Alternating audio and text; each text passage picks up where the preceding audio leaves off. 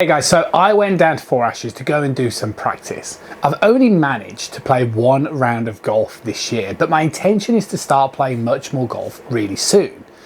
So upon reflection of my last game of golf, I thought I'm going to go and hit some golf balls. I'm going to share with you guys exactly how I would sort of go about it, give you some good strong visuals, and I sort of discovered something.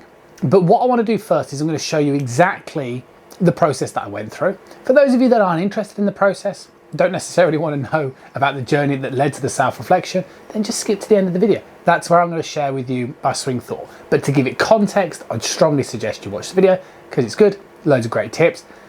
And I'll share with you my new or rediscovered swing thought at the end of the video. See you in a bit. So first things first then, what I have got set up here at the driving range is ideal. And it's ideal because I've got my target that I'm going to be concentrating on, which is a green, which is about 140 yards to the center of that green into wind today. So I'm just going to hit a few 8-irons at that. Perfect for what I want to do to start off with. Going to progress it through the clubs. 2 canes down on the floor.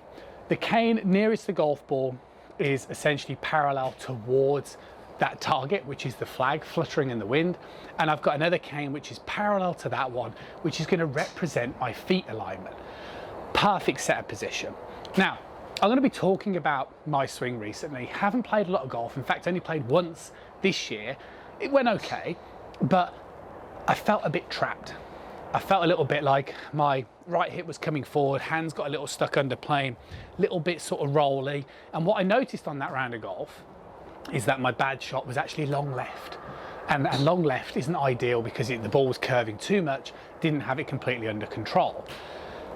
The reason why this setup is so fantastic here is because I've also got this hedgerow down towards my right hand side, and because this hedgerow is here down towards my right hand side, it gets rid of that feeling of kind of getting the club trapped behind me and trying to roll, because it feels like I'm just going to plow the ball in towards the hedgerow, which is a big thing that I don't want to do.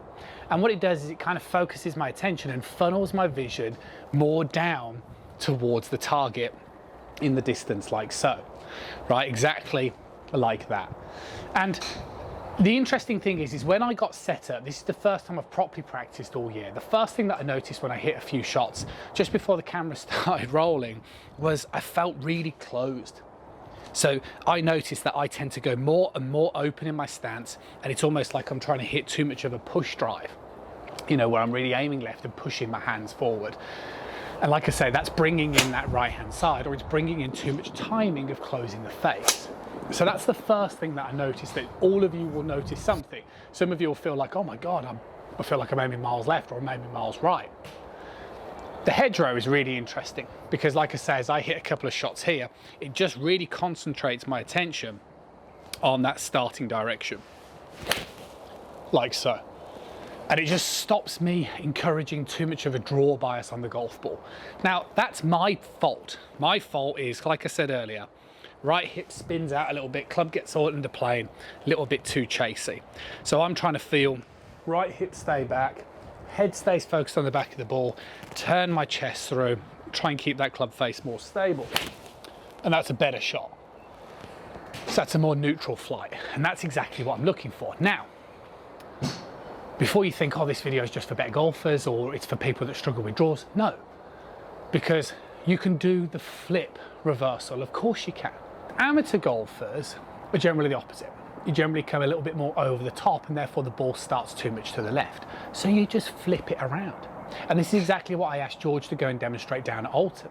I asked George, go and find some tree line down that left-hand side for me and just sort of simulate exactly the opposite to what I'd be talking about in this video today, and that's what he kindly did. Imagine that's you, instead of, for myself at the moment, saying that the tree line is on the right hand side, so I feel like I get too much this way and having to rescue it so it doesn't hit the tree.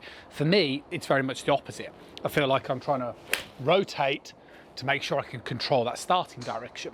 But if you flipped that around, then your swing thought is going to be much more about, don't want the ball to start left, dropping the club in, swinging more out to 1 o'clock to try and produce the opposite effect.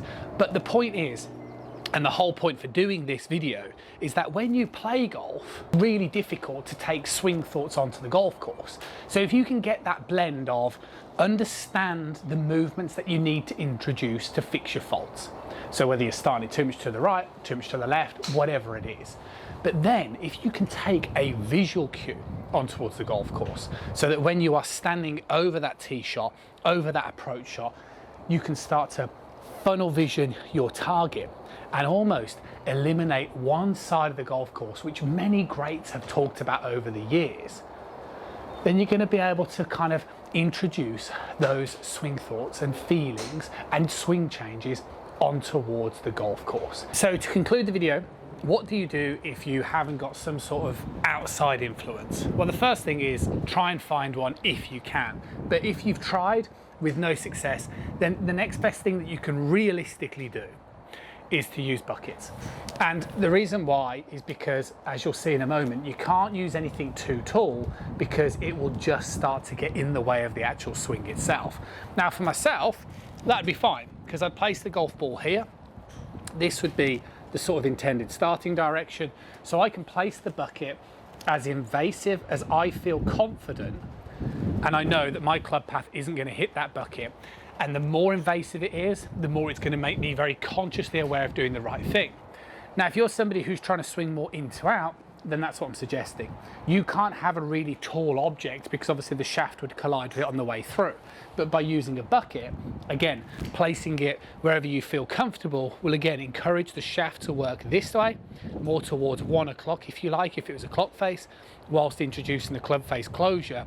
But again, having something here, or wherever you feel comfortable with to get started, is going to make a huge difference. You will be influenced by your environment, and that's exactly what we're going to be talking about on the channel really soon. Okay, so let's put this to practice for a little bit. I'm going to hit some 2 irons because that's a club that I'm struggling with, and just a few 8 irons like I mentioned earlier. Let's try this out.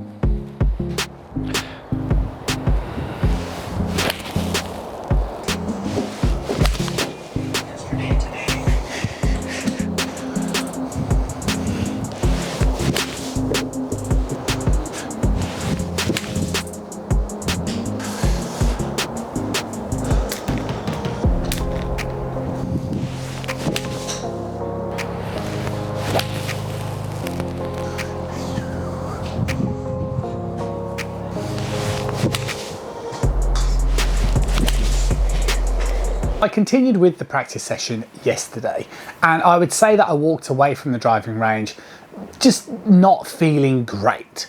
I still felt a little bit stuck. I still felt a little bit sort of tight in towards that hitting area, and I don't think I really set out and achieved the thing that I wanted to. So like all the things that I express with my online students and people that I work with, I always say that we need to reflect and try and figure out what it was. And as I sort of have been putting the video together and watching it back, and then I went to go and hit some balls again this morning, I realised that, yeah, there's one thing that I noticed about when I was hitting some shots, but also one thing that I kind of forgot and I haven't talked about a lot on the channel recently. And one of the things that's a real strong attributant to clearing the hips, and that was my left leg. So what I started to do this morning when I hit some shots, I started to flare my lead foot out a little bit more. I moved my ball position up in the stance a little bit as well. And what this just did is this just gave me so much more confidence to pull that left side out of the way. So my real swing thought was to try and get the left hip, pulling it back and out of the way, coming in towards that post-impact position. And that was the key thing. The big thing was really trying to get the feeling of this lead hip moving more back and out of the way. So it almost felt like it kind of really tilted the pelvis more this way, and that really helped me feel like I can drop that shoulder down. All of a sudden, when I went back down to the range, put my alignment sticks down and hit just literally a few shots in the limited time that I had, I just felt much, much better because I actually felt like I could drop down and get that shoulder down and under and hit through the ball, as opposed to, like I said yesterday, with a bit of a square foot position, I think I'd moved the ball back a bit too much. I just felt like I was getting a little bit sort of ahead of it and a bit steep. So a really good tip, if you're somebody who's struggling and maybe even physical limitation like myself, right, a little bit sort of tight in certain areas, then don't be afraid of flaring that lead foot and pulling that lead hip back, But like I said, if I just demonstrate it from a face-on perspective before leaving you guys to go and test it and practice, it's this way. Pelvis becomes tilted, shoulder becomes tilted down. That's a really solid hitting area. If I sort of tuck that up, that went up a little bit. I sort of felt a little bit sort of chasey.